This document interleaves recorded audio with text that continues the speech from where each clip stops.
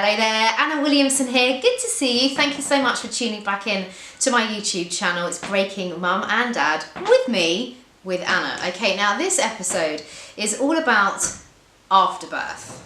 Okay, no, not the placenta I'm talking about, not on this occasion, but all the other stuff that happens after we've given birth, after we've become a parent, because so much is geared in that 9-month period of pregnancy. You know, what we're going to buy, going through all the phases, all the trimesters, and if you're anything like me, you kind of hit giving birth eve, you go into labour.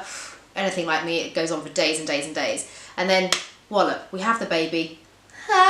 Then what? Now, there are lots of books and obviously, you know, other different videos on the market and so much literature that teaches you about the practical stuff to do with parenting, how to change nappies, how to deal with colic, all that kind of stuff.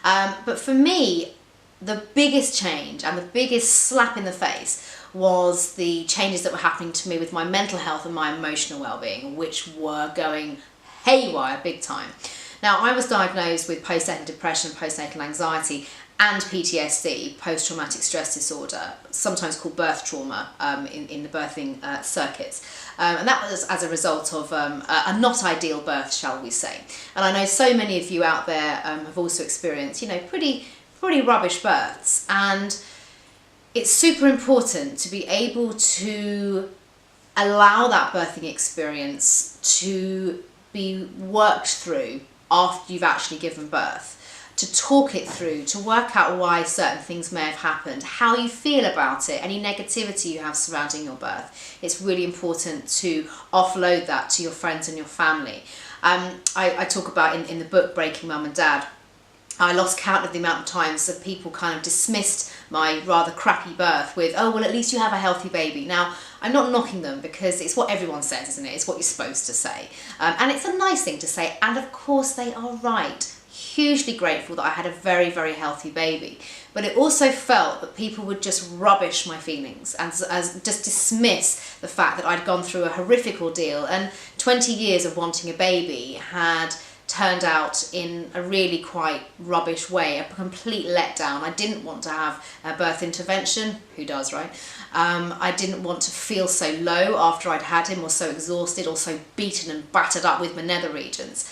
And I had to really process my birth afterwards and let go any of the negativity and the guilt and the, quite frankly, peed offness surrounding it.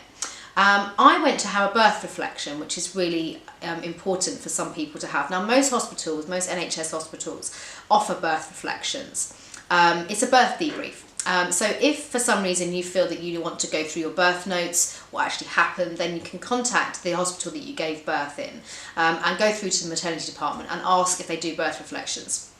Then they will offer you an appointment. It's a bit like a counselling appointment, and you go in and you see a senior midwife that's specifically trained in that area to go through your birth. And it's a bit like trauma counselling, but it also can be really cathartic in working through hour by hour, minute by minute, by looking at your notes, what happened, why decisions were made, and actually piecing together the whole process. Because I know that when I had my son Vincenzo, because of the pain relief, because of just general, you know, going in and out of consciousness and going a bit loopy-loo, I'd missed big chunks of my birth with him, and I didn't know why certain things had happened. So if you're carrying any negativity or even have any questions, you may have had a really good birth, but if you have any questions around your birthing experience, and that goes for partners as well, you know, sometimes decisions have been made that you perhaps weren't comfortable with at the time or weren't too sure why they were made. Try and get a birth debrief, just to have all those questions answered, and specifically as well, if you want to go on to have another child, it's good to sort of start with a clean slate. And I know for me now, all of the negativity that I harboured about my birth with Enzo, I've let go now, and I'm sort of in a clear headspace moving forwards if I choose to do it again. Not anytime soon, but I do feel as a result of having that birth reflection and going back to the place I'd given birth, I was able to let any negativity, just leave it at that door, and was able to carry on and move forward. So today's episode is all about just allowing your birth experience to be, and that goes for dads and partners as well. Allow what has just happened, because let's be honest, it's the biggest thing pretty much that anyone will ever do, is become a parent in whatever way you become a parent. And for something so huge, you need to process it, and it's really important to let any feelings, negative and positive, just get out there, talk them through, and don't let anybody ever rubbish you or rubbish your experience. And a little bit of advice, for someone that's just gone through a rubbish birth, please don't try and cheer them up with the sentence, oh, at least you've had a healthy baby. Oh, we know that. We get it, and we're super grateful. We just want to moan about our shitty births. Today's lesson in Birth Reflections.